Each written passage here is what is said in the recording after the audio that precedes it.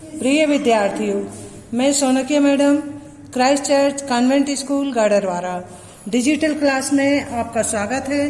प्रिय विद्यार्थियों, मैं हिंदी टीचर कक्षा 12वीं विषय हिंदी मन की एकाग्रता पाठ समझाने जा रही हूँ। आप ध्यान से समझिए। मन की एकाग्रता क्या होती है?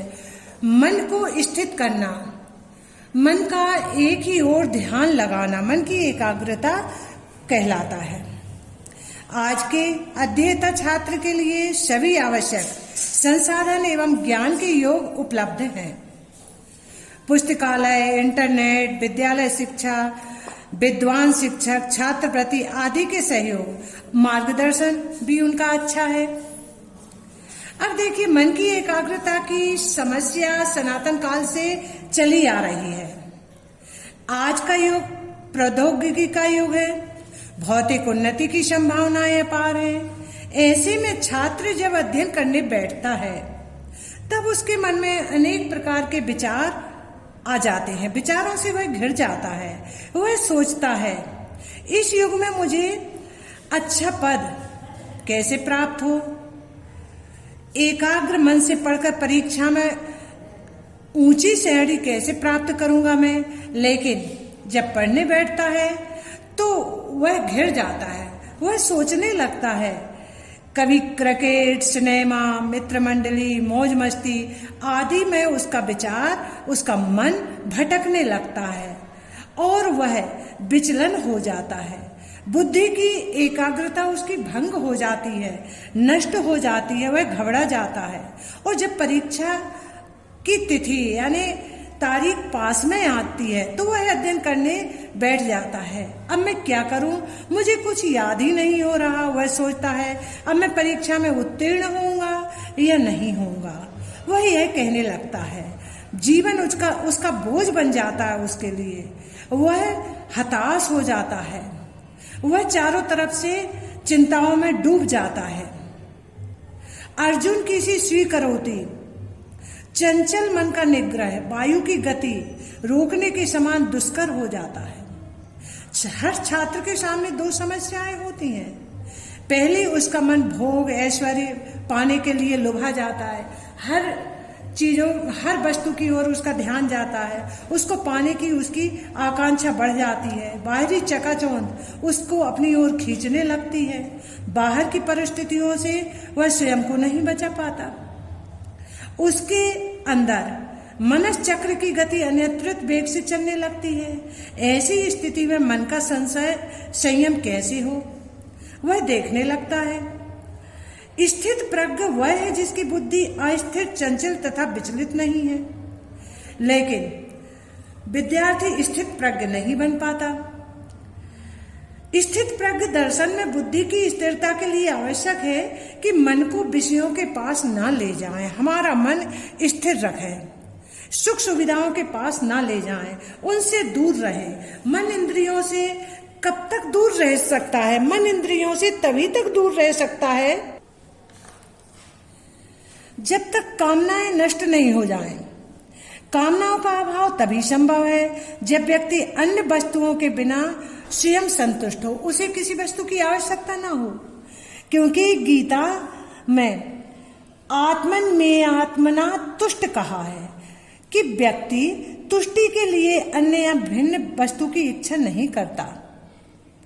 चित्त की एक भी वृत्ति जब तक बहुर्मुखी है, जब तक वह अशांत रहेगा। आया समझ में आपको? समस्या यह है कि इंद्रियों को विषयों से बलपूर्वक हठयोग के द्वारा दूर ही करना है। हमारा मन इंद्रियों की ओर ना लगाएं, हमारा मन सुख सुविधाओं की ओर ना लगाएं। जो हमारे पास है उसी में हम संतुष्ट रहें। इसी प्रकार विषयों से बलपूर्वक हटाई गई शुष्क इंद्रियां, अब इंद्रियों के पास कुछ नहीं है, चिंतन रूपी जल से फिर विषयों में लिप्त हो जाती हैं। उनका जब ध्यान जाता है इंद्रियों की ओर तो अब हमारा मन फिर से उन्हीं की ओर भागने लगता है। मन दो प्रकार से उत्तेजित होता है, बाहर के विषयों से एवं भीतर की वासनाओं और स्मृतियों से। बाहर की सुख सुविधा देख करके हर इंसान का मन उत्तेजित हो जाता है। और भीतर की वासनाओं से हमारे मन में क्या उठ रहा है, क्या चल रहा है, तो इन वासनाओं को हमें दूर रखना चाहिए इंद्रियों से। विषय रस का संस्कार नष्ट नहीं किया जा सकता। अब आगे देखिए, गीता बताती है परम दृष्टवा निवर्तते। परम का अर्थ है कि मन को किसी परम अर्थात परम उच्च लक्ष्य में लगाना, जैसे सेवा कार्य के प्रकल्पों में, लोक संग्रह में, राष्ट्र भक्ति में या दीन दरिद्रों की सेवा में हमें लगाना चाहिए। पर हमारा मन ऐसे कामों में नहीं लगता। ऐसा करने से मन में विषय आसक्ति नष्ट हो जाती है। विषय की ओर हमारा मन नहीं दौड़ता, सुख सुविधाओं की ओर हमारा मन नहीं दौड़ता, सांसारिक चकाचौंध की ओर हमारा मन नहीं दौड़ता। गीता में परम का अर्थ है परमात्मा यानी ईश्वर। इसे परिभाषित करते हुए गीता कहती है कि सब विश्व ईश्वर है। वासुदेवः सर्वम, सारी पृथ्वी एक परिवार के समान है। यह भी कहा है कि मुझे ईश्वर को सब विश्व में व्याप्त जानो। मैं कण में विद्यमान हूं और कण में समाया हुआ हूं। विश्व अभिन्न है, अतः सबके प्रति सेवा भाव रखो। सबकी मन की वासनाओं की शुद्धि का सूत्र गीता देती है। क्या इंद्रियों के भोगों को नियंत्रण करने से मानसिक कुंठाएं नहीं उभरेंगी? शारीरिक रोगों से पीड़ित नहीं हो जाएगा? गीता का इस विषय में उत्तर पूर्णतः तर्क संगत है। यह सत्य कि जीवन के लिए इंद्रियों का विषय सेवन आवश्यक है, पर गीता ने बताया है कि इंद्रियों का विषय सेवन आसक्ति और द्वेष से किया गया नहीं होना चाहिए। हमें द्वेष नहीं रखना चाहिए मन में। आसक्ति यानी अधिक पाने की इच्छा भी नहीं रखना चाहिए मन में। गीता में यह बताया गया है। हमें नियंत्रित रखना चाहिए। कितना हमें प्राप्त करना है उतने पर ही संतोष रहना चाहिए। अनियंत्रित इच्छाएं समाज में अनाचार पनपाएंगे, अनाचार के बीज अंकुर होंगे। लोग कामनाओं में आवेशित होकर निषिद्ध आचरण में प्रवृत्त हो जाएंगे। अतः इंद्रियों द्वारा विषयों का सेवन हो, पर विवेक शून्य आसक्ति ना हो। इंद्रियां अपने बस में रहें, उन पर अंकुश रहे। अनिवार्य विषयों में इंद्रियां प्रवृत्त हों, पर निषिद्ध वर्तित विषयों में नहीं।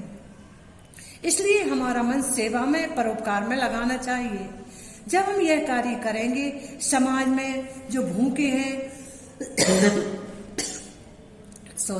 जो भूखे हैं, प्यासे हैं, जो भोजन प्राप्त नहीं कर पा रहे, जो चल नहीं पा रहे, उनकी सेवा में लगाना चाहिए। तो हमारा मन इंद्रियों की ओर नहीं दौड़ेगा। तो बेटा, मैंने आज आपको ये पाठ समझा दिया है, मन की एकाग्रता। तो एक ही ओर ध्यान स्थित करना ही मन की एकाग्रता कहलाता है। तो ये पाठ आपने समझ लिया, आपको समझ में आ गया होगा। धन्यवाद।